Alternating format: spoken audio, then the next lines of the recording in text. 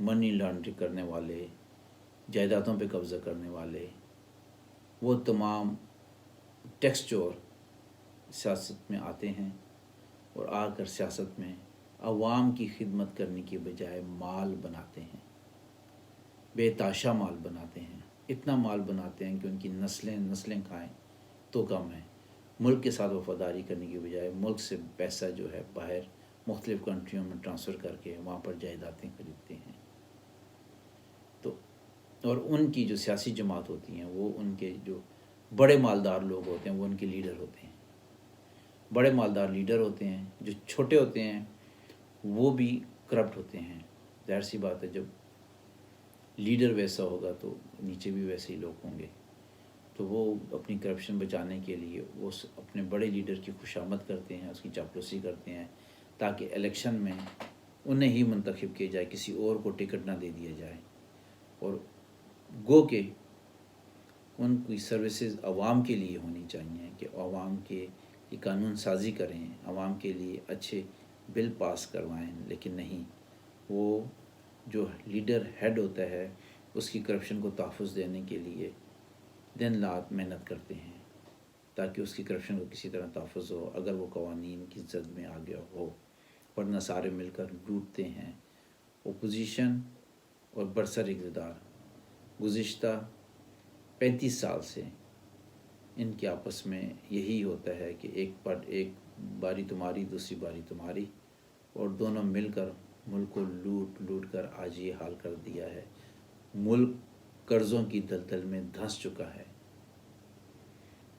اور اب یہ جو ہیں الیکشن جب ہار جاتے ہیں تو اس کا نام کس پہ لگاتے ہیں؟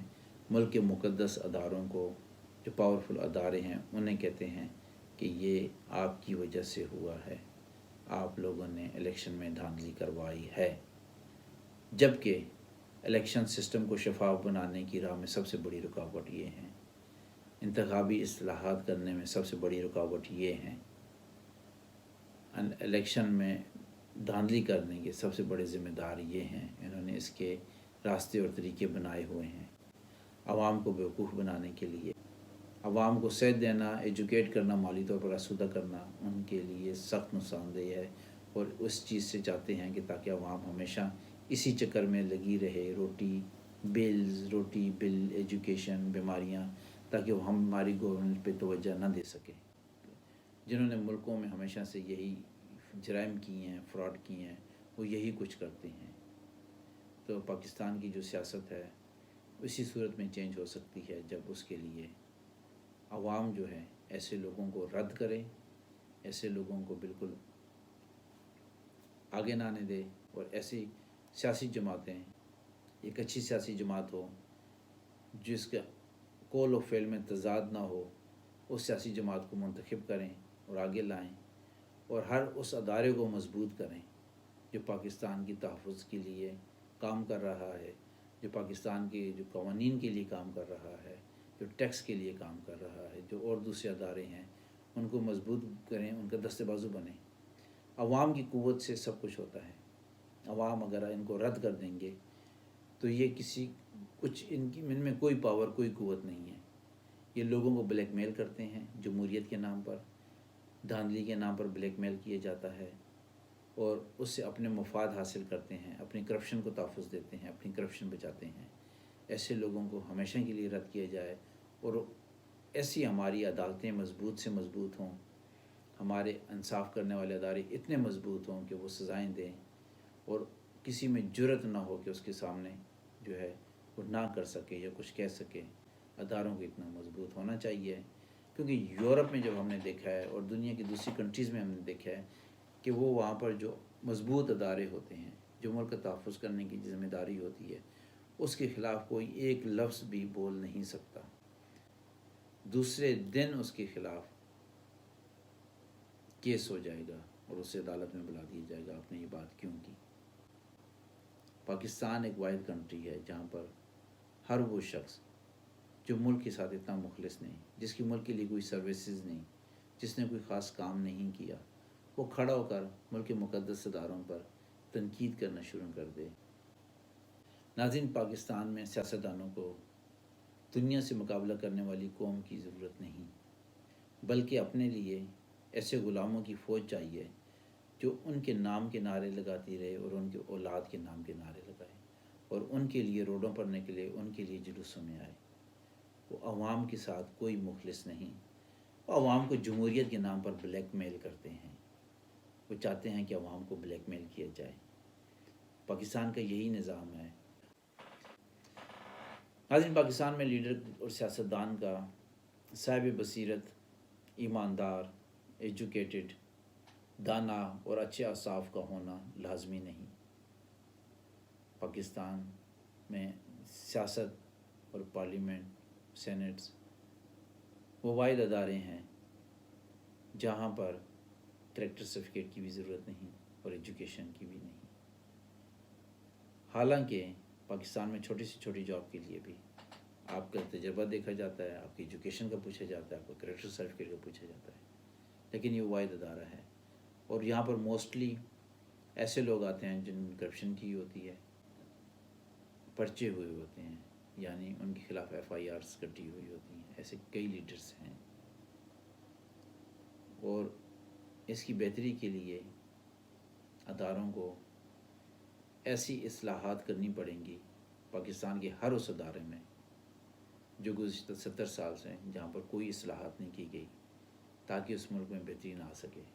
اب یہ بہت ضروری ہو گیا ہے، اور اس کے لیے ایک قدم آگے بڑھائیں۔ عوام آپ کے ساتھ ہے، ادارے حرکت میں آئیں، موجودہ گورنمنٹ ہمت کرے اور یہ اسٹیپ اٹھا لے۔ موجودہ گورنمنٹ کو یہ ووٹ اسی وجہ سے ملے ہیں تاکہ وہ اصلاحات کرے۔ اگر اصلاحات کرنے میں ناکام ہو گئی تو وہ آنے والے الیکشن میں کامیاب نہیں ہو سکتی۔